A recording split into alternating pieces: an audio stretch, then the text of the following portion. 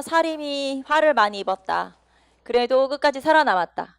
그래서 그 사림들이 나중에 선조 때쯤 가면 정계를 장악하게 된다. 거기까지 얘기했었죠, 우리가. 자, 그러면서 이제 이 사림들이, 자, 이번에는 정치를 하고자 하는 사림들이 너무 많아요, 숫자적으로. 그리고 그 사림들이 정계를 장악했고, 그래서 그 사림들이 자기들끼리 당을 나눠서 싸우는 거예요. 그래서 사림과 사림의 대립을 붕당이라고 하죠. 자, 앞에서 우리가 사림과 홍고의 대립을 사화라고 했던 것처럼 여기에서는 사림과 사림의 대립을 붕당이라고 그래요. 그래서 맨 처음에 붕당이 시작된 시기는 선조 때. 자, 여러분의 책에 지금 붕당의 시작부터 쭉 나와 있는데 이전 교재에는 붕당 정치의 예속 논쟁까지를 뒤에 조선 후기로 그냥 그렇게 편성을 했었는데 여러분하고 쭉 이어서 설명하려고 예속 논쟁까지를 앞으로 좀 자리를 배치를 다시 했어요. 그래서 여기서 여러분하고 어디까지 설명할 거냐면 예속 논쟁까지. 그리고 조선 후기 가서는 숙종의 정치부터 하면 되니까 뭐 이제 여러분이 책 찾아서 조금 있다가 보도록 합시다. 자, 붕당의 성립에서 맨 처음에 선조 때부터, 자, 이제 왕별로 정리 한번 해볼게요. 선조 때부터 한번 보도록 합시다. 자, 선조 때 맨 처음에 붕당의 시작, 붕당의 성립. 처음에 붕당이 성립되죠. 자, 그러면 처음에 붕당이 시작된 시기는, 처음에 붕당이 시작된 시기가 언제냐? 선조 때인데 처음에 붕당이 생기게 된 배경 또는 원인이라고 할게요. 자, 붕당이 생기게 된 원인은 크게 두 가지가 있는데 하나는 척신정치의 잔재청산, 척신정치의 잔재청산 때문이죠. 척신정치라고 하는 게 외척이 정치에 참여하는 정치를 척신정치라고 하고 여러분 앞에서 우리가 유님 윤원영 했던 거 기억나요? 을사사화 설명하면서 자, 윤원영이 정치를 한동안 이끌어 가거든요. 명종의 재위 기간에. 그래서 이 윤원영의 권력을 차지하고 윤원영이 정치를 주도하게 되는데 그런 정치를 척신정치, 외척이 정치에 참여하는 걸 척신정치라고 하고 그 척신정치가 많이 없어졌어요. 그러니까 많이 없앴죠, 말하자면. 그런데 여전히 그 잔재가 남아있어서 척신정치의 잔재를 완전히 없앨까 말까. 그래서 이 외척 정치를 완전히 없애야 되냐 말아야 되냐를 가지고 이 붕당이 성립하게 된 거고요. 그러니까 이 척신정치를 완전히 없애야 된다라고 하는 강경파와 그래도 정치에 참여하는 사람 중에, 선비 중에 정치를 잘하는 사람들까지 다 없앨 수는 없잖아요. 그래서 정치를 잘하는 사람은 그냥 남겨두자. 그래서 온건파. 그래서 이렇게 강경파와 온건파로 나눠지고 자, 그 다음에 직접적인 계기가 된 사건은 이조전랑의 임명 문제예요. 그래서 이조전랑의 임명 문제 때문에 결국에는 붕당이 나눠지게 되죠. 자, 그러면 붕당이 맨 처음에 나눠졌다고 했는데 붕당이 어떻게 나눠졌냐? 동인과 서인으로 나눠졌는데 자, 일단 요 이조전랑 얘기 조금 하고 넘어갑시다. 이조라고 하는 관청은 인사행정을 담당하는 관청이에요. 2호 예병 영공 6공 중에 하나죠. 6조 중에 하나고요. 그 다음에 전랑이라고 하는 건 정랑과 좌랑을 합쳐서 전랑이라고 그래요. 그러니까 종육품, 그 다음에 종오품, 정육품, 종오품. 그러니까 한 5, 6품 정도에 해당하는 벼슬이에요. 5에서 6품 정도에 해당하는 벼슬이고 서로 이 관직을 차지하려고 싸우다가 당이 나눠졌다 그 말이죠. 그러면 되게 중요한 벼슬이겠네요. 이 이조전랑이라고 하는 벼슬이. 자, 이조라고 하는 건 인사행정을 담당했다고 했는데 그러면은 이조에서 가장 권한이 큰 사람은 누굴까요? 이조를 관리하는 판서가 제일 권한이 크겠죠. 그러면 여러분 생각해보면 이조 판서한테 인사권을 다 줬다고 생각해보세요. 이조 판서가 모든 관리를 다 임명하는 권한을 갖고 있다고 생각해보면 이조 판서의 권한이 너무 막강하겠죠. 그러니까 이조 판서 혼자서 모든 걸 다 처리하면 이조 판서의 권한이 너무 막강해지기 때문에 나중에는 비리가 생길 수도 있고 뭐 문제가 생길 수 있겠죠. 그래서 조선시대에는 그 관청의 장관에게 모든 권한을 다 주지 않고 특히 이조 같은 이런 중요한 관청은 그 관청에 소속되어 있는 관리들한테 다 조금씩 어떤 관리들의 인사권을 나눠준 거예요, 말하자면. 그러면 이조전랑이라고 하는 이 벼슬도 실제로 등급은 5, 6품밖에 안 되지만 이 사람들도 관리를 임명할 수 있는 권한을 가지고 있다는 거죠. 말하자면 나보다 오히려 더 높은 사람을 임명할 수 있는 권한도 가지고 있다는 거예요. 추천할 수 있는 권한을 가지고 있다는 거예요. 그래서 이 이조전랑 같은 경우는 자신의 후임자를 추천할 수 있는 권한을 가지고 있고 3사의 관리를 임명할 수 있는 권한을 가지고 있고 그 다음에 제야학자들 중에서 훌륭한 사람을 정치에 추천할 수 있는 권한을 가지고 있었어요. 그래서 이런 여러 가지 권한을 갖는 게 이조전랑이죠. 자, 그렇기 때문에 이조전랑이라고 하는 이 벼슬은 이조전랑을 하게 되면 기본적으로 이 사람이 고위직까지 출세할 수 있는 기반을 마련한 거예요. 그러니까 여기 하게 되면 이조전랑을 하게 되면 여기에서 정승으로 올라가는 건 거의 그냥 무난하다. 그러니까 이조전랑쯤 됐어? 그럼 얘는 앞으로 정승으로 올라가겠구나. 이 정도로 어느 정도 출세가 보장된 자리다. 그만큼 중요한 자리라 이 말이에요. 그러다 보니까 경쟁이 치열해지겠죠. 서로 이조전랑이라는 벼슬을 차지하기 위해서. 그래서 결국에는 붕당이 생기게 된다. 붕당의 성립. 자, 그러면은 결국에는 붕당이 성립했는데 처음에 생긴 붕당은 동인과 서인이에요. 그래서 동인과 서인으로 나눠지는데 자, 일단 이거부터 볼까요? 척신정치의 잔재 청산을 두고 동인은 강경파예요. 그러면은 강경파라는 건 뭐냐? 다 없애자. 척신정치를 완전히 없애자. 자, 그 다음에 서인은 온건파. 온건파라고 하는 건 척신정치를 하는 외척 중에서도 정치를 잘하는 선비는 놔둬야 된다. 이렇게 주장을 하는 게 바로 온건파고 그 다음에 동인은 신진관료. 신진관료들이에요. 신진사림. 그러니까 새로 들어온 지 얼마 안 된 그런 사림들을 얘기하죠. 신진사림. 그 다음에 여기는 기성사림. 기성사림은 원래 있었던, 원래부터 등용이 됐었던 기성사림.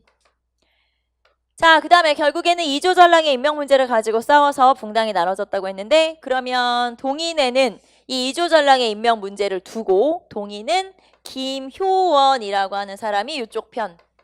김효원이라고 하는 사람이고 그 다음에 여기는 심의겸이라고 하는 사람이 있었죠. 이조전랑의 임명 문제를 가지고 김효원과 심의겸이 결국에는 대립을 하게 된 거예요. 자, 그래서 여러분 한 장 넘겨보시면 436페이지 동인과 서인의 분당에서 거기에 보시면 김효원이라는 사람 이름과 심의겸이라는 사람 이름이 체크돼 있죠. 그 사람들. 자, 어느 날 김효원이 이조전랑의 물망에 올랐죠. 말하자면 추천이 됐어요. 그때 심의겸이 반대했어요. 얘는 안 돼. 왜냐면은 이 김효원이라는 사람이 외척들과 친하게 지냈다. 그러면서 얘는 그쪽 세력이니까 아까 외척의 척신정치를 없애자고 했잖아요. 그러니까 안 된다. 심의겸이가 주장을 하게 되죠. 하지만 결국 김효원이는 이조전랑의 자리에 오르게 되죠. 그리고 나서 나중에 김효원의 이제 김효원 이조전랑에 올랐을 때 심의겸의 동생이 이조전랑에 추천이 된 거예요. 심충겸이라는 사람이 이조전랑에 추천이 됐죠. 근데 이미 김효원과 심의겸 사이가 안 좋잖아요. 그러니까 김효원이가 심의겸의 동생인 심충겸이 이조전랑의 자리에 후보가 된 거를 반대했어요. 쉽게 말하면 원수가 된 거지 이제. 그래가지고 둘이 막 대립을 하게 된 거죠. 자, 그래서 궁궐의 동쪽에 살았던 김효원이 이쪽 세력이 동인이 된 거고 궁궐의 서쪽에 살았던 심의겸이 서인이 된 거예요. 그래서 동인과 서인으로 이렇게 붕당이 나눠지게 된 거고요. 그러면은 처음에 붕당이 동인과 서인으로 나눠졌을 때 처음에 우세했던 붕당은 동인. 동인이 조금 우세했었죠, 처음에는. 그리고 그러면 붕당이라고 하는 게 단순히 얘랑 친하니까 이쪽 붕당, 얘랑 친하니까 이쪽 붕당 그게 아니고요. 나중에는 학문적 성향도 달라지게 되거든요.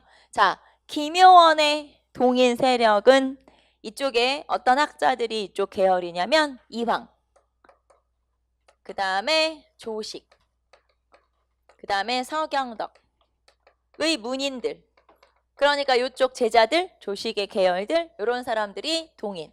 자, 그 다음에 이쪽은 이이, 그 다음에 성혼. 자, 이 사람들의 계열들, 그러니까 결국에는 이 사람들의 문인들, 그 다음에 이 사람들의 문인들이 서로 당을 나누어서 싸웠다. 이렇게 된 거죠. 그리고 선조 때, 그러면 선조 때 이런 붕당이 생긴 거잖아요. 그래서 선조가 처음에는 이 붕당을 없애려고 했어요. 그래서 누구를 불렀냐? 이이를 불렀어요. 이이한테 부탁을 했죠. 이제 자네가 가서 붕당 좀 어떻게 좀 해결 좀 해봐. 나는 안 돼. 가서 해결 좀 해봐. 그래가지고 이이한테 이 이제 중요한 임무를 맡겼죠. 그래가지고 이이가 백방으로 노력을 했겠죠. 이 붕당을 좀 어떻게 해결을 해보려고 노력을 했으나 결국에는 안 됐어요. 해결 불가능이야. 그래서 선택한 게 뭐냐. 이이가 선택한 건 뭐냐면 그 당시에 이 동인 쪽에는 이황이라는 걸출한 그런 학자가 있었거든요. 그러니까 이이가 선택한 건 본인이 서인으로 가는 거야. 그래가지고 균형을 맞추는 거야.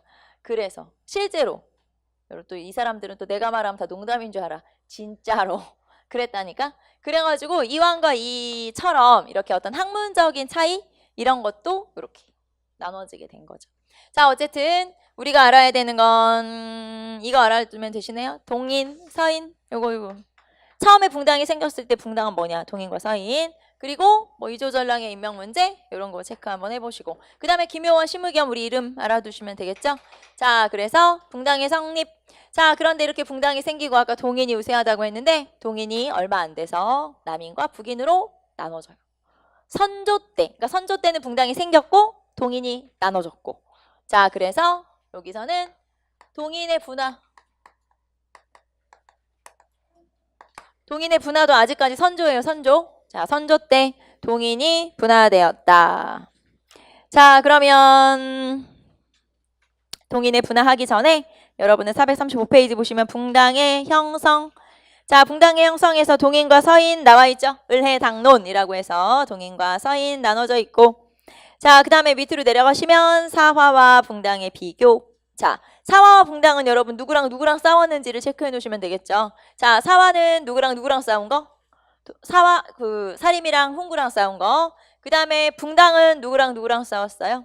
사림. 그쵸, 사림. 왜냐면 사림이 나중에는 정계에 대거 진출하는데 이제 쉽게 말하면 이런 거죠. 사림이 지방에서 공부 열심히 했다고 했죠. 그리고 이 사람들은 똑똑하니까 과거 시험에 합격을 했는데 조선시대에 과거에 합격을 해서 벼슬을 하면 지금처럼 바로바로 내가 시험에 합격하면 바로 공무원으로 발령이 나는 게 아니에요. 대기가 필요해. 왜냐하면 공무원 시험에 합격한 사람은 많은데 이 조선시대의 벼슬이라고 하는 게 그렇게 많지가 않거든요. 특히 조선은 겸직하는 경우가 많아요. 그러니까 내가 여기에 장도 하고 있고 이쪽 관청에 장도 하고 있어요. 그렇게 되면은 이제 공무원 TO가 그렇게 많지 않다는 거죠. 그래서 바로바로 자리가 나는 게 아니기 때문에 밀리는 거지. 계속 이렇게 대기를 해야 되는 거지 말하자면. 그러다 보니까 이렇게 벼슬을 하고자 하는 사림은 많은데 벼슬 자리는 늘 그대로잖아요. 계속 늘어나는 게 아니니까. 지금처럼 뭐 계속 관청을 늘리는 게 아니니까. TO를 늘리는 게 아니니까. 그래서 계속 벼슬을 해야 되는 사림들은 늘어나고 그 다음에 벼슬 자리는 한정이 되어 있고 그러면 결국에는 얘네들이 각각 자기들의 세력을 만들어서 싸워서 우리가 다 차지해버리는 거예요. 그래서 이렇게 붕당이라고 하는 게 생길 수밖에 없다. 자, 그래서 맨 처음에 생긴 붕당은 동인과 서인. 자, 그래서 436페이지 보시면 동인과 서인 나와 있죠. 한번 쭉 읽어보시고. 자, 그러면 붕당이라고 하는 게 좋은 거냐 나쁜 거냐. 붕당이라고 하는 건 일단 정치가 서로 견제와 균형의 원리에 따라서 그러니까 서로 좀 투닥거리기는 하지만 좋은 의견을 찾아가는 과정이기 때문에 붕당 정치는 굉장히 긍정적인 측면이 있다라고 볼 수도 있죠. 물론 부정적인 측면은 자기 당의 이득만 챙기는 게 부정적인 측면이겠지. 자, 그래서 437페이지 보시면은 붕당이라고 하는 게 공론을 중시한다. 공론이라는 게 여론이거든요. 많은 사람들의 의견을 들을 수 있다는 거니까 이렇게 공론을 중시한다는 점에서 굉장히 중요하다. 자, 그리고 붕당의 기능 나와 있죠. 붕당의 기능 보시면 긍정적 기능과 부정적 기능이 있어요. 그래서 붕당 정치가 나름 중요하구나. 필요하구나라는 걸 알 수가 있죠. 물론 아까 말했던 것처럼 자기 당의 이득만 챙겼을 때 문제가 생기기도 하죠. 자, 438페이지 보시면은 선조 때 동인이 분화되는 과정. 자, 처음에 붕당이 생겼고 그 다음에 붕당이 생기면서 동인이 우세했으나 동인이 나눠지는 과정이 나와 있어요. 자, 봅시다. 동인의 분화. 동인의 분화에서는 역시 원인 한번 살펴봅시다. 동인이 나눠진 이유가 뭐냐? 자, 동인이 나눠진 이유가 뭐냐면 첫 번째 정여립의 모반 사건. 정여립의 모반 사건이 있었다. 아까 말했던 것처럼 예전 책 가지고 있는 친구들 제가 단원만 바꾼 거예요. 앞으로 끌고 온 거거든요. 그러니까 조선 후기에 붕당 정치 보시면 조선 후기 붕당 정치에 나와 있어요. 지금 제가 하는 단원이. 무슨 말인지 이해돼요? 편성만 바꾼 거예요. 그러니까 조선 후기 정치로 가서 거기에 붕당 정치가 있어요. 거기를 찾아보시면 돼요. 이해됩니까? 지금 어디 나왔나 찾고 있는 친구들이 있어가지고 찾으시면 돼요. 단원만 제가 순서만 바꾼 거예요, 그냥. 왜냐면 설명을 하기가 이렇게 쭉 설명하는 게 편하거든요. 그래서 순서만 바꾼 거니까 그 페이지 찾은 친구들은 페이지 얘기해줘도 돼요. 462페이지래. 562? 찾아보면 되죠. 이해되죠? 이거 뭐 내 맘대로니까 내가 이쪽으로 갔다가 저쪽으로 갔다가 그리고 제가 수업하다가 이게 꼭 들어가면 너무 좋겠다. 설명을 많이 안 해도 되겠다. 이런 거는 찾아서 제가 다시 넣었어요. 거기다가. 뭐를 넣냐면은 기억나요? 선조의 가계도를 넣으면 참 좋겠다. 너무 귀찮다 내가. 제가 몇 번 얘기하지 않았어요? 넣었어요. 그래서 선조의 가계도. 그런 거 있죠. 내가 수업할 때 이거 다 쓰기 너무 귀찮은데 이거 딱 보면 여러분이 같이 보면 되게 좋겠다. 그런 자료들. 그런 것만 몇 개 들어간 거예요. 자, 어쨌든 봅시다. 정여립의 모반 사건. 맞아. 쭉 설명할게요. 자, 정여립이라고 하는 사람이 그럼 누구냐? 정여립은 처음에는 서인이었어요. 그런데 나중에 동인으로 당을 바꿨어요. 조선시대에는 당을 바꾸는 게 사실 거의 있을 수 없는 일이거든요. 근데 당을 바꿨네? 특이한 놈인 거지. 그러니까 되게 특이해요. 이 사람의 주장도 굉장히 특이한데 세상의 주인은 따로 없다. 이게 이 사람의 주장이에요.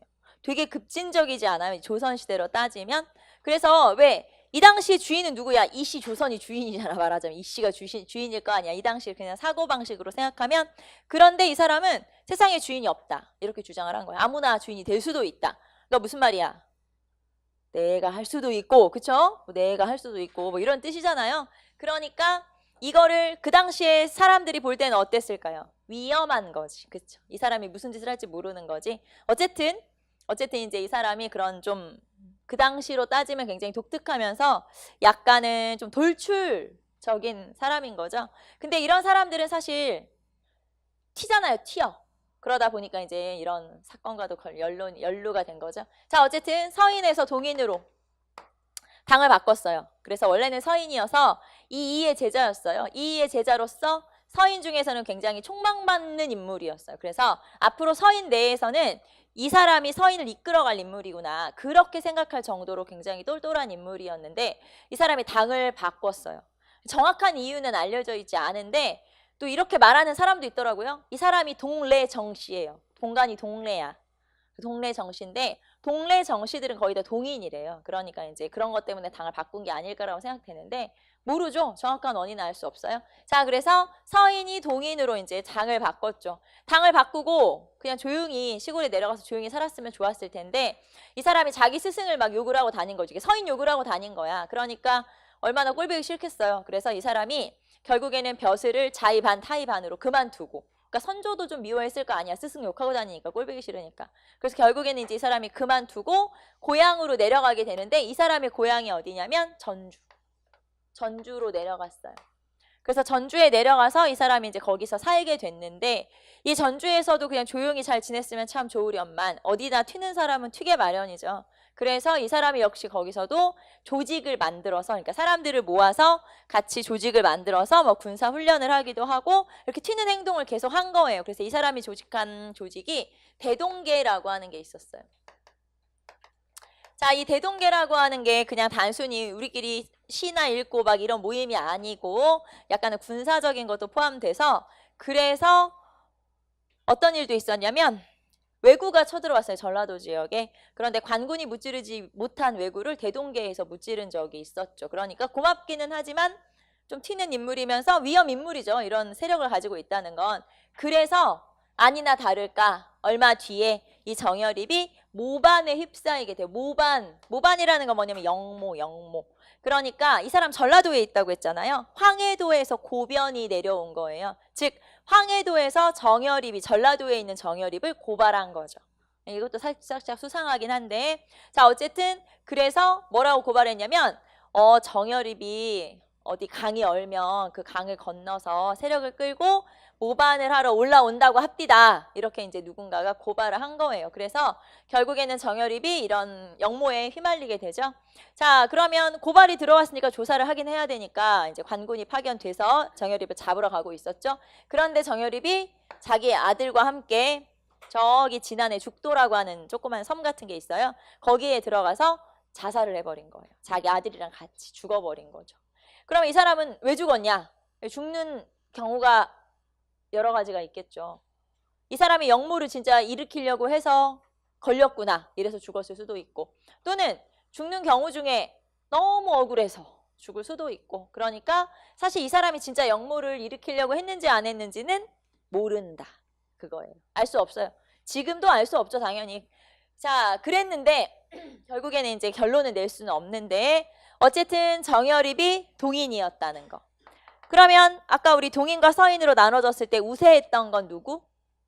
동인. 자, 그러면은 동인이 우세했죠. 그러면 이제 동인을 좀 잡아 먹어보려고 했던 게 누구겠어요? 서인이겠지. 서인 입장에서는 이게 너무 잘 된 거야. 왜냐면 이 사람들을 다 쓸어버릴 꼬투리를 잡은 거죠. 그래서 아니나 다를까 서인에서 이 정여립의 모반 사건을 엄청 확대를 시켰어요. 말하자면. 그래가지고 다 죽일 놈 썩을 놈이 된 거지. 그래서 결국에는 이 사람들 중에 이 정여립과 조금이라도 관련 있는 사람들은 다 죽였어요. 그래서 정여립의 모반 사건을 계기로, 이게 진짜인지 아닌지가 중요한 건 아니잖아요. 사실은. 결국에는 이런 일이 있었다는 게 중요한 건가, 이런 사태들이 일어났다는 게 중요한 거지. 그래서 결국에는 자, 서인이 주도해서 결국에는 정여립의 모반 사건을 처리를 한 거예요. 그리고 이 서인의 우두머리가 누구였냐면 정철, 관동별곡 정철, 그 정철이 이 사건을 주도한 인물이에요. 그래서 이 사건에서 이제 서인이었던 정철이 동인을 다 쓸어버린 거죠. 잘 된 거지, 이제 서인 입장에서는. 그래서 정철이 요거에 책임을 맡고 이 사건을 처리를 했는데 굉장히 가혹하게 처리를 했어요. 많은 사람을 죽였거든요. 자, 그래서 어쨌든 이런 사건이 있었고, 자, 이거에다가 플러스 사건이 하나 더 있었어요. 그게 뭐냐면 세자 건저의 문제. 세자 건저의 문제 때문에. 자, 세자 건저의는 뭐냐면 세자를 건의하는 문제다 이 말이에요. 세자를 건의해서 책봉하는 문제. 세자 책봉 문제라고 보시면 되고요. 자, 그러면은 세자를 누구로 책봉할 것이냐. 세자 책봉 문제가 여기서 이제 불거지게 되고, 이거와 관련해서 정철을 어떻게 처리할 것이냐. 그래서 여기서는 이제 정철의 처리 문제가, 정철을 어떻게 처리할 것이냐 하는 문제가 불거져서 결국에는 분당, 동인의 분당, 여기는 당이 나눠지게 되는데 뭐와 뭐로 나눠지냐면 북인과 남인으로 나눠지고요. 북인은 강경파고 그 다음에 남인은 온건파예요. 자, 그리고 제가 이렇게 하면 이제 여기 계열, 여기 중에서 지금 나눠서 쓰는 거예요. 자, 이 중에서 이왕 계열은 남인이고요. 그 다음에 조식과 서경덕 계열은 북인이었어요. 자, 그러니까 여기다 써볼게요. 이황, 아니구나. 조식, 그 다음에 서경덕의 문인 계열은 이쪽 북인. 그 다음에 이황의 문인들, 이황의 뭐 제자들 말하자면 그쪽 계열은 남인. 이렇게 형성되게 되죠. 자, 그러면 세자건저의가 뭐냐, 이거 설명 안 했죠. 세자건저의를 설명을 한번 해봅시다. 자, 그래서 거기 왼쪽에 보시면 선조의 가계도가 나와 있는데 뭐가 되게 많아요. 뭐 되게 뭐가 많은데 이게 중요한 게 아니고요. 자, 봅시다. 선조,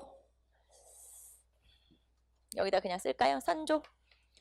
선조한테는 거기 옆에 보시면은 이제 와이프들이 쭉 나오죠. 자, 이 중에서 우리가 알아야 되는 와이프는 누구냐면 거기 보시면 의인왕후 박씨, 인목왕후 김씨, 공빈 김씨, 인빈 김씨, 뭐 이렇게 나와 있죠. 자, 봅시다. 자, 선조한테는 그냥 여러분 이해하기 편하게 이렇게 쓸게요. 중전 박씨가 있었어요. 그리고 중전 박씨는 나중에 사망을 하게 되고 새로 왕비를 맞아들인 거예요. 그게 중전 김씨. 요 얘기는 나중에 하게 될 거예요. 자, 그 다음에 공빈이라는 왕비가 있었고, 아니, 그 후궁이 있었고, 인빈이라는 후궁이 있었죠. 공빈한테는 임해군과 광해군이라고 하는 두 아들이 있었고요.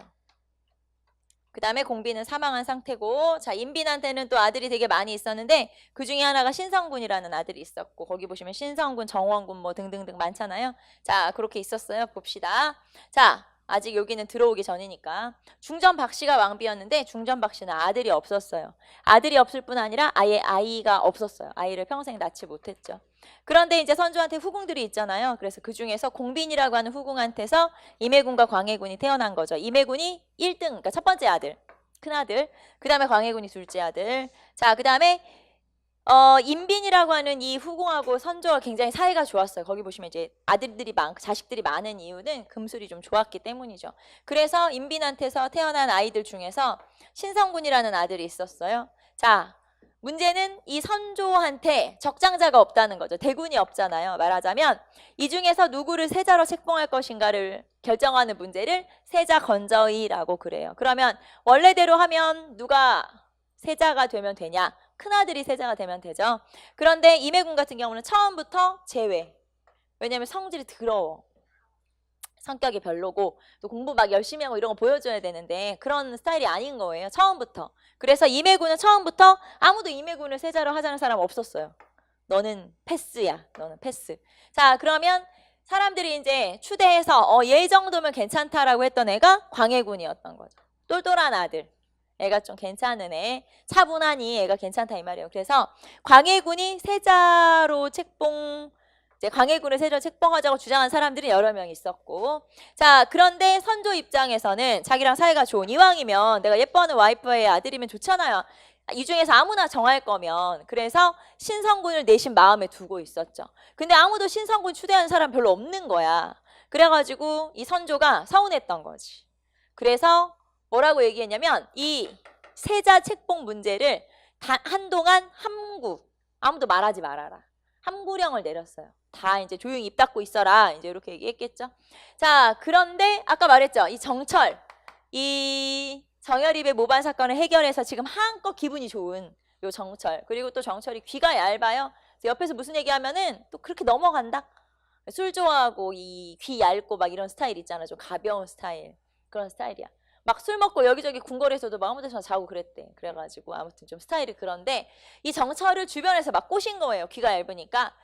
네가 그래도 이제 정승의 자리에 올랐으니 공을 좀 세워야 되지 않겠니? 그러면서 이제 주변에 뭐 여러 이제 신하들이 뭐 이해산 이런 사람들이 계속 이제 주장을 한 거죠. 그래가지고 이 정철이 거기에 또 홀랑 넘어가서 그래 이번에 내가 공을 세워야지. 그러면서 이 세자 책봉 문제를 건의를 했는데 자, 정철은 하필 누구를 건의했을까요? 왕이 닥치라고 했잖아. 근데 누구를 밀었어? 광해군이었어. 신성군이 아니고.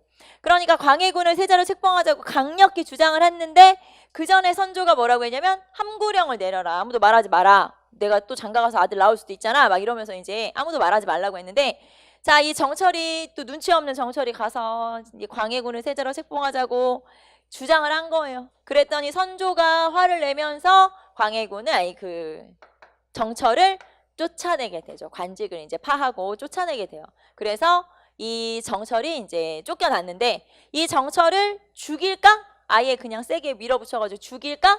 그게 죽일까? 강경파. 아니 그래도 뭐 죽일 것까지 있어. 그냥 살려두자. 귀양만 보내자. 온건파? 남인. 이렇게 나눠지게 된 거예요. 그래서 결국에는 세자를 건의하는 문제에서 정철이 실수를 했고 이 정철을 처리하는 문제, 죽여버려 아니면 살려도 그걸 가지고 강경파와 온건파로 나눠지게 된 거예요. 그래서 결국에는 정철이 쫓겨났다 이 말이죠. 그래서 그리고 이제 이렇게 분당, 당이 동인이 나눠지게 된 거죠. 자, 그러면 여기다 써볼까요? 동인. 자, 동인하고 서인하고 나눠졌었는데 동인은 다시 북인하고 남인하고 나눠졌어요. 자, 그럼 지금 분당 몇 개? 3개지. 동인 없어졌잖아. 그러니까 하나, 둘, 셋 이렇게 이제 남아있는 상태에 자, 그럼 요 얘기를 마저 합시다. 자, 그러면 어떻게 됐냐? 그러면 이제 여기서 문제는 뭐였어요? 세자를 누구로 책봉할 것인가가 문제였잖아요. 그러면 누가 세자가 됐냐? 자, 결정을 못하고 있는 상황이었죠. 어떻게 할 것인가? 그런데 그때 마침 임진왜란이 일어난 거예요. 자, 그러면 다시 지금까지 있었던 모든 일은 다 임진왜란 전. 자, 그러면 붕당이 생긴 거 처음에 동인과 서인으로 나눠진 거 언제? 임진왜란 전. 그 다음에 동인이 남인과 북인으로 나눠진 것도 임진왜란 전이라고 생각하시면 돼요. 자, 근데 결국 임진왜란이 일어났어요. 임진왜란이 일어나면 왕은 우리나라에서는 이제 전쟁을 어떤 식으로 하냐면 왕은 안전한 데로 피난을 가요. 몽진이라고 그래요. 이제 왕은 피난을 가죠. 선조도 피난을 갔죠. 의주로 피난을 갔고, 자 그러면 결국에는 이제 본토에 남아서 이제 이렇게 여러 가지 일들을 처리하면서 이 나라를 잘 다독여야 되는지 다스려야 되는, 처리해야 되는 사람은 누구냐? 세자였던 거예요. 그래서 전쟁이 나면 왕은 안전한 데로 피난을 가야 되니까 세자가 반드시 필요해요. 왜냐면 세자가 해야 될 일이 많거든요. 의병을 모으는 일도 해야 되고 백성을 독려하는 일도 해야 되고, 자 이런 여러 가지 일들을 해야 될 세자가 반드시 필요해요. 전쟁이 나면. 그래서 반드시 필요한 세자를 이 중에서 누구로 책봉했었나? 이제 여기서부터 다 여러분 아는 얘기. 자 누가 세자가 돼요? 광해군이 세자가 되죠. 왜냐하면 광해군은 누가 보호해 줄 사람이 없는 거예요. 신성군 같은 경우는 내 아들 죽으면 어떡해? 그래서 인빈이 절대 안 된다고 했어요. 괜히 돌아다니다가 죽으면 안 되니까. 그래서 이 신성군을 세자로 책봉하는 건 인민이 반대했고, 결국에는 만만한, 엄마도 없고 만만한 광해군이 세자로 책봉이 되죠. 이때 세자가 됐을 때 10대 후반이었어요. 17, 18 이 정도. 그러니까 아버지는 피난 갔고 본인이 남아서 세자의 역할을 했다는 얘기죠. 자 그리고 나서 7년간의 전쟁이 끝났어요. 자 그리고 이제 궁궐로 돌아와서 이제 정상 업무를 해 나가야 되잖아요. 이제 세자로서 세자의 역할을 그동안 잘했으니까 실제로 세자 역할을 잘했어요. 그리고 백성들한테 신망도 좀 있었고 인기도 좀 올라갔었고, 자 그랬는데 문제는 뭐냐? 여전히 선조는 광해군이 마음에 안 든다는 거. 그래서 여전히 본인의 마음속으로는 세자로 임명을 안 하는 거죠. 인정을 안 해주는 거죠. 그리고 마침 그때 특이하게도 중국에서도, 명나라에서도 이 왕위를 계승하는 무슨 문제가 있었어요. 그래서 큰아들이 있잖아요. 임해군이 원래 있는데 제치고 세자가 된 거잖아요. 이거를 꼬투리 삼아서 명나라에서도 광해군, 둘째 아들이니까 광해군을 세자로 인정을 안 해주고 있는 상황이었어요. 그러니까 아버지한테 인정 못 받고 있지, 명나라마저도 책봉을 제대로 안 해주지. 그러니까 광해군은 지금 딱 사면 초가 딱 이제 딱 갇힌 거나 마찬가지인 상황이죠. 자 그런 상황에서 또 안 되려고 하니까 또 무슨 일이 있었냐? 중전 박씨가 사망을 한 거예요. 그러니까 첫 번째 왕비가 죽은 거고, 그리고 나서 임목 왕후 김씨가, 중전 김씨가 이제 두 번째 부인으로 들어오게 된 거죠. 자 그리고 이 중전 김씨가 아들을 낳았네. 그러니까 정명공주, 거기 뭐 영창대군 이렇게 써 있잖아요. 자 이제 아들을 하나 낳았어요. 그게 바로 영창대군이죠. 자 그러니까 광해군 입장에서는 자기보다 어린 새엄마, 이때 선조가 한 이때 몇 살이었지? 한 50대 후반에서 60대가 안 됐을 때, 50대 후반쯤 됐을 때, 50대였을 때 이 중전 김씨가 10대 후반이었거든요. 그래서 이제 새로운 여자를, 아니, 지금 여러분이 생각하는 그런 이상한 그런 게 아니고요. 조선시대는 그렇게라도 왕비가 되는 게 영광의 시대니까 뭐 어쩔 수 없는 거지. 아무튼 그랬어. 그래서 이 중전 김씨가 이제 왕실에 들어와서 아들을 낳았네. 그게 영창대군이에요. 자 그런데 명칭에서도 알 수 있듯이 영창대군은 대군, 광해군은 군. 왜냐면 엄마가 여기는 후궁, 여기는 엄마가 중전이잖아요. 그러니까 누가 적장자인 거예요? 영창대군이 적자인 거죠, 말하자면. 그래서 선조 입장에서도 왕위를 누구한테 물려주고 싶냐? 영창대군. 그리고 선조는 특히 어떤 핸디캡이 있냐면 본인이 아버지가 왕이어서 왕이 된 케이스가 아니에요. 무슨 말이냐면 본인의 아버지가 왕이 아니고 본인의 삼촌이 왕인데, 삼촌이 나를 너무 예뻐했어. 근데 삼촌이 명종이 후사가 없이 죽은 거예요. 그러니까 조카에게 왕위를 물려준 거거든요. 그러니까 이제 이 사람도 약간 그게 평생 핸디캡이었던 거예요. 나는 이제 쉽게 말하면 적장자여서 왕이 된 게 아니다, 이런 게. 근데 자기한테 적장자가 태어난 거예요. 그럼 선조는 당연히 누구한테 왕위를 물려주고 싶냐? 영창대군이죠. 100% 영창대군이지. 광해군 그동안 마음에 안 들었었고 하니까. 그래서 어서 잘하라, 그렇게 된 거죠. 어서 네가 잘하라, 그래야 내가 너한테 왕위를 물려주지. 그런데 그때 이제 광해군은 이미 30이 넘은 상태였고 당연히. 그런데 갑자기 선조가 사망을 하게 된 거예요. 이 선조의 사망에서는 또 여러 가지 얘기들이 많이 있어요. 그리고 이 사이에 야사에서는 또 여자가 한 명 있었다, 그런 얘기를 하죠. 예전에 드라마로도 나오고 그랬었는데 이 광해군이 어떤 여자와 약간 썸 타는 사이였던 거예요. 그런데 그 여자를 선조가 후궁으로 삼아버렸어요. 그러니까 아들이랑 약간 좀 썸 타는 사이였는데 그 여자가 또 예뻤나 봐. 그래서 그 여자를 선조가 홀랑 자기 후궁으로 삼아버린 거예요. 그럼 이제 어떻게 되는 거야? 이상한 관계가 된 거지. 콩가루 지방이 된 거지. 아무튼 그랬어. 그래가지고 그 여자가 개시. 한자 이름으로 하면 개시고 원래 이제 그냥 한글 이름으로 하면 개똥이. 옛날에는 이름을 막 함부로 짓잖아요. 그래서 여자 이름이 개똥이었어. 이제 그 여자는 실록에는 개시라고 나와 있는데, 자 어쨌든 그 개시가 이 선조를 뭐 어떻게 했다. 광해군을 위해서. 막 그런 얘기가 전해지긴 해요. 뭐 이제 야사에는 뭔 얘기 듣는지 안 하겠어. 자, 그래서 어쨌든 선조가 갑자기 사망을 하게 되고 지금 현재 세자였던 사람이 누구였냐면 광해군이니까 광해군이 왕이 된 거죠, 결국에. 자, 그리고 이제 광해군이 왕이 되고 얘는 지금 아직 어려요. 애기야, 애기. 어린애야. 영유아. 아직은 이제 유아 단계지. 아직 어린이라고 말하기도 좀 애매한 애기야, 애기. 자, 그래서 이 영창대군을 뭐 예뻐했다고 해요. 동생이니까, 배다른 동생이니까 정명공주와 그다음에 영창대군이 이제 그 같은 엄마에서 태어났는데 광해군은 배다른 형제긴 하지만 예뻐했었대요, 처음에는. 그런데 나중에 이제 주변 신하들이나 여러 가지 돌아가는 게 자기한테 불리해질 수가 있잖아요. 나중에 어떻게 될지 모르니까. 나중에 영창대군이 크면 이게 적장자이기 때문에 나중에 본인한테 불리할 수 있다. 그래서 결국에는 어떤 결정을 내리냐면 영창대군을 귀양을 보내요. 엄마하고 떼서. 아직 어리다고 했지만 엄마하고 이제 이렇게 찢어서 엄마는 새엄마죠. 인목 대비 새엄마는 왕비의 자리에서 쫓아내고 궁궐 한쪽에다가 다른 궁궐에다가 가두게 돼요. 그래서 이제 한쪽에 서궁에 위패를 시키고 덕수궁의 한쪽에 가둬버린 거예요. 지금으로 하면. 자, 그리고 이 영창대군은 귀양을 보내고 여기저기 이제 귀양을 보내서 옮겨다니게 한 후에 나중에 한 10살이 되기 전에 이 영창대군을 죽이죠. 결국에는. 그래서 결국에는 영창대군이 살해되는 그런 결과를 가져오게 되는데, 자 어쨌든 이런 일들이 있었던 거예요. 이게 선조 때 이제 있었던 일들이고 광해군이 이제 연결되면서 있었던 거죠. 자 어쨌든 그래서 처음에 붕당이 생긴 건 선조, 그 다음에 동인이 나눠진 건 선조. 자 그리고 선조 때 동인이 북인과 남인으로 나눠지게 되었다라는 거. 자 그리고 나서 우리는 광해군으로 한번 넘어가 보도록 합시다.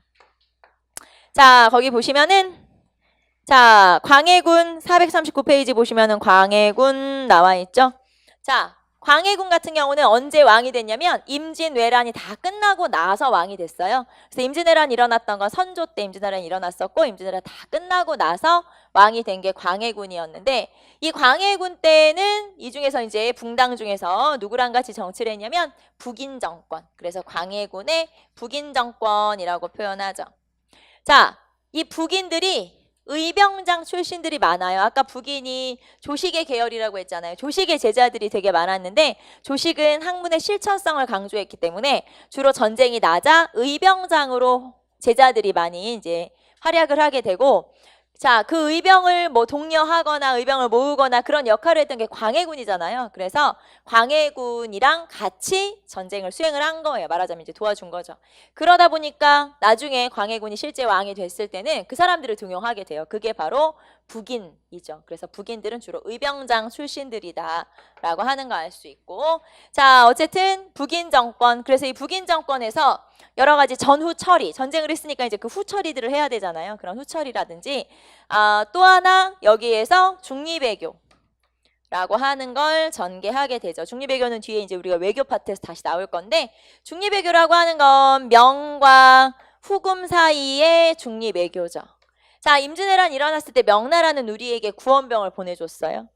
그리고 전쟁이 끝나고 나서 이 두 나라 사이에 전쟁이 벌어지게 된 건데 자, 이 중에서는 누가 더 힘이 세냐? 후금이 힘이 더 세요. 그리고 명나라는 망하게 생긴 거지. 자, 그런데 어쨌든 명나라가 우리를 도와줬기 때문에 명나라에서 우리나라에게 군대를 보내달라고 요청을 하게 돼요. 자, 그러면 조선 입장에서는 군대를 보내야 되냐 말아야 되냐. 망하는 나라니까 망해가는 나라 도와줬다가 나중에 이 나라가 우리나라 쳐들어오면 어떡하냐. 자, 그래서 결국에는 광해군이 이 군대를 보내는 걸 명나라에게 군대를 보내는 걸 미루다가 결국에는 이제 더 이상 미룰 수 없게 되자 군대를 보내긴 해요. 그래서 이때 도원수 말하자면 장군으로 갔던 사람이 누구냐면 강옥립이라고 하는 사람이고 이 강옥립이 군대를 끌고 13,000명의 군대를 끌고 명나라 전쟁터로 떠날 때 떠나기 전에 강옥립을 불러서 얘기를 하게 되죠. 뭐라고 했냐면 네가 향배를 보아서 잘 결정하도록 해라. 이런 주문을 하죠. 그게 무슨 말이냐면 야 네가 전쟁터 나갔는데 진짜 명나라가 망하게 생겼으면 너무 열심히 싸우지 마. 그 얘기예요. 그리고 실제로 강홍입이 전쟁터에 나가보니까 명나라 망하고 후금이 너무 세. 그래서 후금에게 미리 연락해서 후금 쪽으로 항복을 해버리게 되죠. 그러니까 두 가지를 다 챙긴 거예요. 첫째, 명나라 편에 서서 군대를 보내주긴 했죠. 하지만 후금과 외교적으로 이렇게 관련을 맺게 되면서 후금의 미움을 덜 받게, 그래서 쳐들어오지 못하게 이 두 가지를 다 챙겼다. 이거를 실리를 추구했다. 그래서 중립외교, 중립을 잘 지켰다 이 말이에요. 그래서 중립외교라고 하는데 이 중립외교를 결국에는 전개한 사람들이 누구냐? 북인들이지. 그래서 여러분이 기억해야 되는 건 광해군은 북인 정권이구나. 요거를 기억하시면 되죠. 자, 그리고 광해군 하면은 우리 뒤에 나오겠지만 동의보감도 편찬하고 대동법도 실시하고 여러 가지 업적들이 있어요. 그러나 결국 광해군이 쫓겨나게 돼요. 자, 광해군이 쫓겨난 사건을 뭐라고 하냐? 인조반정이라고 그래요. 그래서 인조반정으로 결국에는 광해군이 쫓겨나게 되는데, 그리고 이제 인조가 왕이 되는데, 자, 그러면 인조반정을 주도한 건 누구냐? 서인이 주도를 하게 돼요. 그래서 인조반정은 서인의 주도. 자, 서인이 인조반정을 주도해서 광해군을 쫓아내게 되고, 그러면 광해군이 왜 쫓겨났지? 사실 광해군이 물론 잘못한 것도 있죠. 아까 이제 잠깐 등장했던 영창대군도 죽였지만 아까 누구냐? 개똥, 개시. 그 개시라고 하는 여자를 나중에 후궁으로 삼아요. 족보가 이상해졌죠. 그래서 이제 아무튼 그래서 그 개시라고 하는 여자의, 이렇게 표현하면 좀 그렇지만 치마폭에 쌓여서 말하자면 정신을 못 차리는 약간 그런 것도 있었어요. 그래서 이 여자가 중간에 그럼 이제 그냥 이 여자를 좋아했다 그런 차원이 아니고요. 이 여자의 말만 믿고 다른 사람 말을 믿지 않고, 그래서 이 여자가 중간에 뇌물을 받거나 이런 약간 그런 일들도 벌어지게 돼요. 그래서 어쨌든 말년의 정치가 좀 그렇긴 했는데, 그리고 무리한 토목공사, 여러 이제 궁궐을 짓는다고 하면서 토목공사를 일으키기도 하죠. 그래서 새 궁궐을 짓기도 하고 이제 이렇게 되니까 그런 것도 물론 있었지만, 어쨌든 광해군의 평판은 그 당시에는 실제 백성들의 평판은 그렇게 나쁘진 않았거든요. 그러면 광해군이 왜 쫓겨났냐? 연산군처럼 막 이렇게 폭군이라기보다는 조금 이제 그래도 백성들한테 인정받는 부분도 있었는데, 왜냐하면 그 쫓겨난 이유 두 가지가, 첫 번째는 중립외교 때문이에요. 자, 중립외교는 아까 잘했다고 했는데, 자, 그런데 중립외교는 그 당시에 성리학자들의, 사림들의, 성리학자들의 대의명분, 말하자면 성리학적 이론에는 어긋나는 정책이었기 때문에, 왜냐하면 성리학에서 조선은, 성리학적 관점에서 볼 때 조선은 대의 명분을 지켜야만 하고, 대의 명분은 명나라에게만 친하게 지내는, 명나라하고만 친하게 지내는 그런 정책이거든요. 그래서 어떻게 보면 성리학적으로 보면 이 정책이 그런 성리학적인 이론에는 어긋나는 거였고, 그 다음에 두 번째가 우리 조금 전에 나왔던 도덕적인 약점 때문이에요. 자, 이 도덕적인 약점이라고 하는 게 살제 폐모. 자, 살제, 형제를 죽였고, 여기서 이제 앞에 그 광해군 위에 형도 있었던 거 기억나요? 네, 광해군 위에 임해군이라는 형이 있었죠. 임해군도 결국엔 죽이거든요. 그러니까 형제를 죽이고, 물론 영창대군 죽인 게 여기선 주가 되지만 어쨌든 그렇게 형제를 죽이고, 그 다음에 엄마, 어쨌든 새엄마긴 새엄마지만 임목대비를 쫓아낸 거. 그래서 살제, 형제를 죽이고 어머니를 어머니의 자리에서 쫓아낸 사건. 요게 이제 도덕적인, 유교적인 약점이 된 거예요.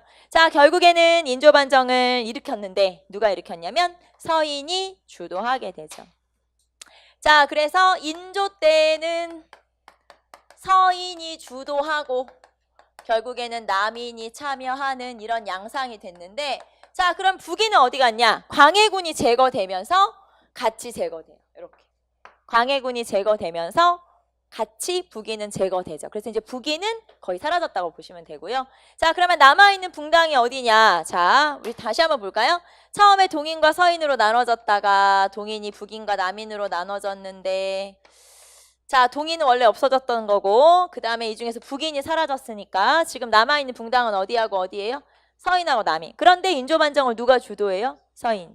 그러면 지금 현재 집권 세력은 서인이지. 그런데 이제 남인은 이 당시에는 서인이 주도하더라도 남인도 같이 참여하는 거예요. 그래서 서인이 주도하긴 하지만 남인도 같이 가는 이런 정책을 실시했었죠. 그래서 서인이 앞장서서 가고 있구나. 자, 이때 했던 정책이 광해군 쫓아낸 정책과 반대되는 정책을 해야 되니까 이때 친명배금 정책. 친명배금은 무조건 명나라랑 친하게 지내는, 그리고 무조건 후금을 배척하는, 자, 그런 정책을 실시하게 되고요. 자, 그러면 이런 정책을 실시했을 때 당연히 더 힘센 건 누구라고 했으니까? 후금이라고 했으니까 청나라 쳐들어오죠, 나중에. 그래서 이때 쳐들어온 전쟁이 정묘호란. 자, 그리고 정묘호란에서는 후금이 그렇게 막 대대적으로 공격을 한 게 아니고 얘네들도 지금 명나라랑 싸우고 있기 때문에 이제 소규모의 전투가 벌어지게 되죠. 자, 그리고 나서 다시 이제 정묘호란에서 화의를 맺었어요. 친하게 지내자 약속을 하고 돌아갔는데 걔네들이 나중에 후금에서 청으로 이름을 바꾸고 더 세진 거예요. 그리고 나서 청나라가 조선에게 뭘 요구했냐면 군신관계를 요구하게 되죠. 우리를 황제로 섬겨라 이렇게 요구를 하게 되고, 자, 결국에는 야, 그래도 너네 황제로 섬기는 거 못하겠다 그러면서 조선이 거절을 했거든요. 그래서 결국에는 병자호란이라고 하는 이런 전쟁이 일어나게 되죠. 그게 인조.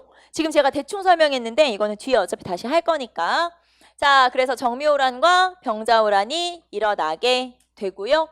자, 병자호란의 결과 여기서 이제 청나라, 우리가 병자호란에 진 거거든요. 사실은 항복을 했어요. 그래서 우리나라 인조가 청나라 황제가 항복을 받으러 온 거예요. 그래서 청나라 황제에게 3번 절하고 9번 땅에 머리가 닿게 숙이는 그런 항복의 의식을 치렀는데 그런 걸 삼전도의 굴욕이라고 그래요. 그래서 항복을 했고, 항복을 했으니까 이제 청나라에서는 우리나라에서 포로들을 되게 많이 데려갔는데 그때 인질로 데려갔던 사람 중에서 이 인조의 아들, 그 아들이 소현세자, 그 다음에 그 밑에 아들 복림대군, 소현세자와 복림대군을 인질로 끌고 갔어요. 그래서 소현세자 부부, 세자빈이랑 부부, 그 다음에 복림대군 부부 이렇게 끌고 갔죠.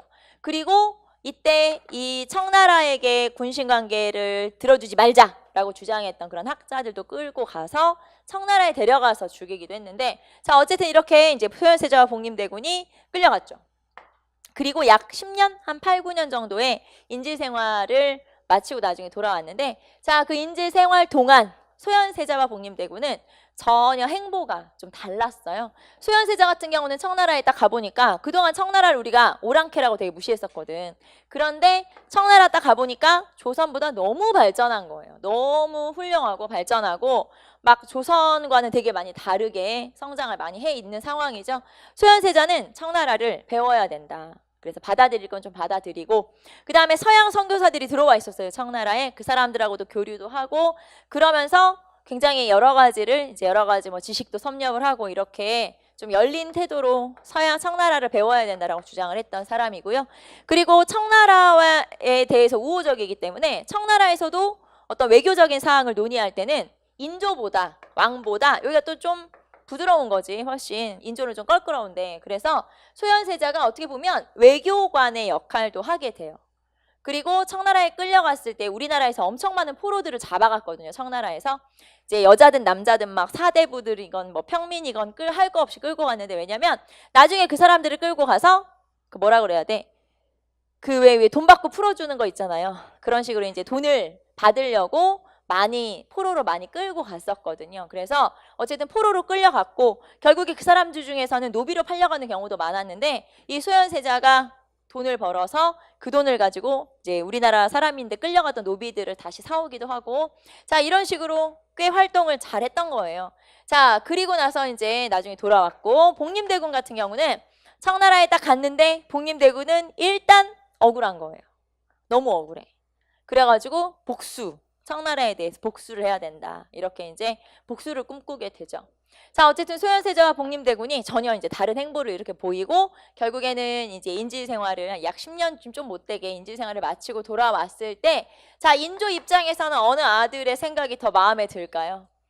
복림대군이 훨씬 더 나랑 가깝다라고 생각을 한 거고요. 왜 소현세자를 더 미워했냐면, 소현세자가 막 백성들한테 인기도 좋아지고 하니까 이 인조가 어떻게 생각했냐면, 요 소현세자가 나를 죽이고 왕이 되려고 하는구나, 이렇게 생각했어요.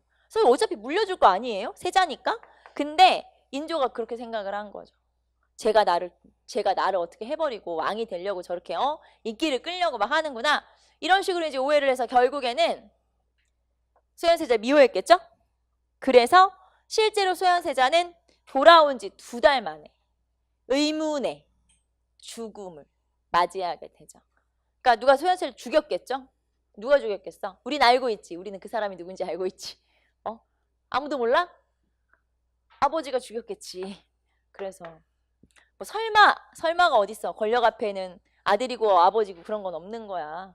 왜 당나라나 이런 데서도 아버지를 죽이고 왕이 된 경우도 많이 있었어요. 그러니까. 자, 어쨌든 그랬어. 그건 모르지. 그냥 야사에 그렇단 얘기야.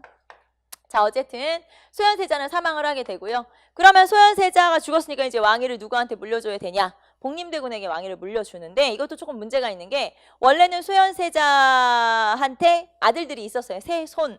그러면 원래는 세 손에게 물려주는 게 맞거든요. 그런데 이 세 손들을 다 영모로 몰아서 제주도로 귀향을 보내버리고 이 소현세자의 와이프 세자빈이죠. 세자빈도 영모로 몰아서 죽였어요. 사약을 내서 죽이고. 그러니까 소현세자의 아이들, 소현세자의 와이프까지 전부 다 이 집안 하나를 박살을 내버린 거죠. 그리고 결국에는 왕위를 복림대군에게 물려줬네요. 그 복림대군이 효종이에요. 자, 효종이 왕이 된 거죠. 자, 효종이 왕이 됐는데 여전히 붕당은 여기에요. 서인이 주도하고 남인이 참여하고 있다. 여전히 똑같은 현상이고. 자, 그러면은 효종이 왕이 됐을 때 효종의 생각은 뭐냐? 효종은 청나라에 복수할 거다. 이거잖아요. 그래서 청나라에 복수를 준비하죠. 그게 북벌운동이에요. 그래서 북벌운동을 주도하게 된다. 자, 그러면 이 북벌운동을 주도한 세력은 누굴까요? 지금 현재 앞서가고 있는 붕당이 누구지?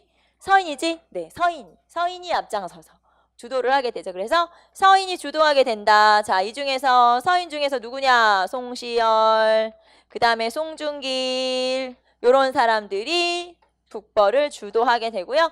자, 그 다음에 하나 더. 자, 효종은 새로운 정치 세력을 끌어들이는데 자, 효종은 그러면 청나라 되게 싫어할 거 아니에요. 청나라 정벌을 주장했으니까. 그런데 요 인조 이후에 청나라가 좀 잘 나가니까 청나라와 친한 애들이 아직도 조정에 남아 있었어요. 친청 세력들. 그래서 요 친청 세력들을 좀 처리하고 이제 제거하고 새로운 인물들을 등용을 해야 되는데 그 새로운 인물들이 누구냐? 산림이라고 하는 인물이죠. 그래서 산림을 등용하게 돼요. 산림은 누구냐면 말 그대로 제야학자들을 산림이라고 하죠. 자, 말 그대로 자, 시골에서 향촌에서 학문을 연구하면서 여론을 형성하는 그런 제야학자들. 말하자면 나는 제자들이 되게 많고 나 같은 경우는 이제 학문을 어느 정도 꽤 이룬 그런 학자인데 내가 직접 벼슬에 나가기도 하고 또는 나는 안 나가고 제자들을 내보내기도 하고 그런데 그러는 과정에서 이제 이 조정의 여러 가지 사항에 대해서 내 의견이 많이 반영되는 거예요. 그래서 이렇게 여론을 주도하는 제야학자들을 산림이라고 하는데 이런 산림들을 많이 등용하죠. 자, 여기 나오는 송시열이나 여기 나오는 송중길이나 그 다음에 뭐 허목이나 허적이나 이런 사람이 다 산림이라고 생각하면 돼요. 그래서 효종 때는 산림을 좀 본격적으로 등용시켰구나 라는 걸 알 수 있죠. 자, 여기에서는 그래서 효종 때는 북벌 그리고 서인이 주도했다는 거, 산림을 등용했다. 이게 바로 효종 때의 정책이구나 라는 걸 알 수 있죠. 자, 책으로 좀 볼까요? 거기 보시면은 광해군의 중립외교 살펴봤고 그 다음에 한 장 넘기시면 인조. 자, 인조는 서인과 남인이 공존한다 라고 했죠. 공존, 상호 비판적인 공존. 공존이라는 건 서로 다른 주장을 하기도 하고 서로 뭐 이렇게 토론도 하고 하지만 상대방을 완전히 제거하려는 데까지는 가지 않는, 그러니까 같이 가는 거예요. 말하자면 그런 걸 이제 공존이라고 표현하죠. 자, 그래서 이상적 붕당 정치를 유지했다. 둘 다 같이 가고 있으니까. 그래서 이상적인 붕당 정치를 유지했다라고 했고요. 자, 그 다음에 서인과 남인의 정치 사상 해서 나와 있고 여러분 서인과 남인 표에 서인의 특징, 남인의 특징 나와 있죠. 한번 읽어보시는데 보통 우리가 서인이 약간 보수 꼴통인 것 같지만 실제로 정책들을 보면 남인들이 훨씬 보수적이에요. 그래서 서인이 정권을 차지하기 전이나 아니면 정권을 차지하기 한 지 얼마 안 됐을 때는 굉장히 오히려 급진적인 성향들을 가지고 있죠. 거기 보시면 서인은 노비 송량과 서울호통에 적극적인 사람들이 서울이에요. 그러니까 무슨 말이야? 노비를 좀 풀어주고 그 다음에 서울들도 적극 등용하고 이렇게 주장을 한 건 굉장히 그 당시엔 급진적이었거든요. 그런데 남이는 오히려 보수적인 성향이죠. 그래서 서울어턴과 이제 노비 송량에는 좀 소극적이면서 그 다음에 상공업 발전이나 이런 것도 소극적이고 약간 더 좀 보수적인 성향을 가진 사람들이 남인이죠. 자, 그리고 효종 때 북벌운동, 북벌론. 자, 북벌을 주도한 사람들이 누구예요? 서인이죠. 그런데 서인도 사실은 실제로 청나라를 쳐들어갈 만큼이 아니라고 생각했죠. 그래서 실제 우리가 북벌을 준비했다고는 하지만 북벌을 실제로 이룰 만큼의 군사력을 갖지는 못했어요. 그리고 우리만 전쟁 준비하고 성장하나? 청나라도 성장하는데 청나라는 이미 우리가 손을 댈 수 없을 만큼 아주 세졌어요. 그렇기 때문에 실제로 북벌을 실행할 수는 없죠. 그래서 송시열이 여기 이제 가장 대표적인 인물인데 송시열한테 효종이 물어봐요. 어떻게 하면 북벌을 실행할 수 있겠습니까? 이렇게 물어보면 송시열이 그럼 이제 막 대책을 얘기를 해야 되잖아요. 어떻게 뭐 전쟁을 어떻게 하고 이렇게 하자. 근데 송시열이 뭐라고 하냐면 수신제가 치고 평천하하면 된다. 이렇게 대답을 하는 거예요. 그럼 뭔 소리야? 수신제가 치고 평천하는 무슨 말인지 알죠? 그래, 다 아는 걸로. 수신제가 치고 평천. 내가 또 이걸 설명해야 돼. 수신은 뭐냐면 자기 몸을 닦아야 되고 제가면 집을 다스려야 되고 그래야 나라가 안정된다. 그 말이에요. 그러면은 전쟁을 어떻게 하면 이길 수 있냐고 물어봤는데 몸을 닦고 가정을 잘 다스리고 그래야 나라가 잘 된다. 이렇게 말을 하는 거죠. 그러니까 동문서답을 하는 거예요. 결국에는. 그래서 실제로 서인들도 북벌을 할 수 있는 능력이 있다고 생각하고 주장한 건 아닌 거죠. 말하자면은. 그래서 어쨌든 여기서 여러분이 알아야 되는 건 효종 그리고 북벌 그리고 북벌을 주도한 세력은 누구? 서인. 자, 그리고 산림. 네, 산림의 여론 주제. 그러면서 산림이 대거 등용됐던 시기가 바로 효종이다. 까지 기억하시면 되겠죠? 자, 우리는 잠깐 쉬었다가 현종. 이게 얼마 안 남은 것 같아서 설명할 게 많거든요. 예속논쟁은. 그래서 예속논쟁은 잠깐 쉬었다가 좀 자세히 설명할게요. 잠깐 쉽시다.